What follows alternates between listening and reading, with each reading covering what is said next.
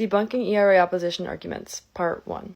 When the ERA was first enacted in 1972, Congress included a clause in the preamble that stated that the amendment must be ratified by 38 states within 7 years. This arbitrary deadline has been used as justification for the failure to ratify the amendment, despite the fact that as of 2020, 38 states have ratified the ERA.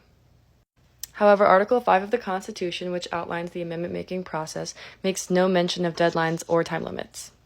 This raises the question, can these arbitrary time limits legally obstruct the ratification of an amendment? It's also important to note that this deadline wasn't actually in the text of the amendment, rather the preamble. So right here you can see the preamble with the time clause underlined and the amendment.